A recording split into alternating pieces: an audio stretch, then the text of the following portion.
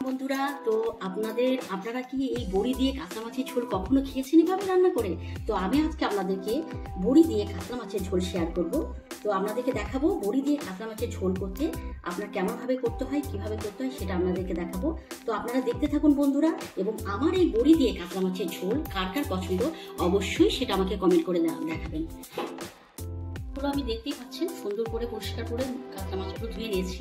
এবার আমি এই মাছগুলো কি করবো, একটু নুন আর একটু অল্প করে হলুদ দিয়ে এটাকে ভালো করে ভেজে নেব। তো বন্ধুরা আপনারা দেখতে থাকুন, আমি 5 মিনিট পর আমি ফিরে আসছি। মাছটাকে নুন আর হলুদ দিয়ে আমি দেখতেই পাচ্ছেন আমি মেখে নিয়েছি। এবার এগুলোকে আমি একটা একটা করে তেলের মধ্যে দিয়ে ভেজে নেবো। আপনি দেখতে পাচ্ছেন অলরেডি আমি তেলটা বসিয়ে দিয়েছি। তো আমি এই মাছটাকে ভেজে নেবো। তো বড়িটা আমি 2 মিনিট পর ফিরে আসছি। মাছটা ভাজা হয়ে গেছে, হালকা করে একটু ভেজে নিয়েছি। মাছটা ভাজার পরে যেহেতু এটা বড়ি দিয়ে কাতলা মাছের ঝোল, সেহেতু আমি বড়িটাকে একটু তেলের মধ্যে দিয়ে হালকা করে একটু বড়িটাকে ভেজে নেব। তো দেখতে পাচ্ছি বড়িটাকে একটু ভেজে নেব। দেখতে পাচ্ছেন বড়িটাকে আমি সুন্দর করে ভেজে নিয়েছি।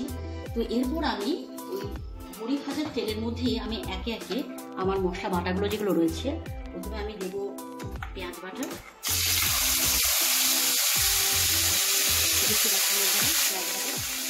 তারপরে দেব এখানে আদা রসুন বাটা,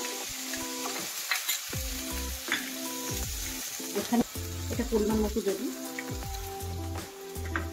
তারপরে এটা হচ্ছে টমেটো পেস্ট, আপনারা চাইলে এটা ছোটো ছোটো করে কেটেও দিতে পারেন। আর এখানে আমি স্লাইস করা কাঁচা লঙ্কা রেখে দিয়েছি, তো এটা আমি দিয়ে দেবো। তো আপনারা ঝালটা আপনারা নিজেদের পরিমাণ মতো দিয়ে দেবেন, যে যেমন ঝাল খান সেরকম করে দেবেন।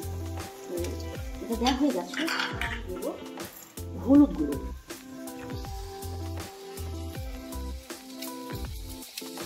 হলুদ গুঁড়ো দেওয়া হয়ে গেল। তারপর আমি দেবো লবণ।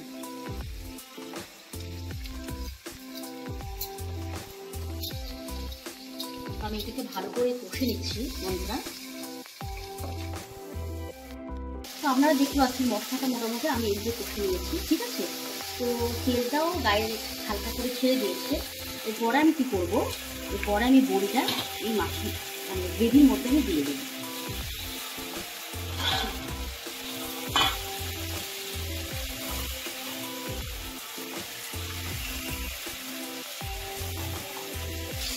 তো কিছুক্ষণ আমি এভাবে কষে নিলাম। তো এভাবে কষে নেওয়ার পরে আমি কি করব, মাছটাকে একটা একটা করে এর মধ্যে দিয়ে দেবো।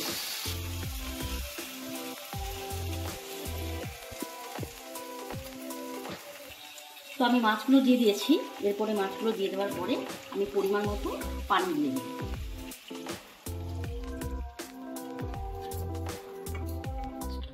মাছ আর বড়ি দিয়ে পানির পরিমাণটা মোটামুটি এরকম দিয়েছি, যেহেতু এটা যখন আপনার একটু বয়েল হবে তখন একটু পানির পরিমাণটা অলরেডি কমে যাবে। তো এইভাবে মোটামুটি 5 মিনিট আপনারা রান্না করে নেবেন। তো বন্ধুরা দেখতেই পাচ্ছেন আমার মাছটা রান্না কমপ্লিট। এবার এটা আমি একটা পাত্রের মধ্যে ঢেলে নেব। তো আপনি দেখতেই পাচ্ছেন বন্ধুরা আমার কাতলা মাছের ঝোলটা বড়ি দিয়ে কমপ্লিট। আমি উপর থেকে হালকা করে একটু ধনেপাতা ছিটিয়ে দেবো, দেখতে পাচ্ছেন। তো বড়ি দিয়ে কাতলা মাছের ঝোলটা কমপ্লিট। ধনেপাতাটা আমি উপর দিয়ে দিয়েছি, ছড়িয়ে দিয়েছি। তো আজকে আমার ভিডিওটা কেমন লাগলো বন্ধুরা আপনারা কমেন্ট করে অবশ্যই জানাবেন। আর আরেকটা ব্যাপার হচ্ছে, আপনারা বড়ি দিয়ে কাতলা মাছের ঝোল কে কে খেয়েছেন সেটাও কমেন্ট করে আমাকে জানাবেন। তো আজকের মতো আমার ভিডিওটা এখানেই শেষ করছি। ইনশাল্লাহ পরের ভিডিওতে দেখা হবে। খোদা হাফেজ।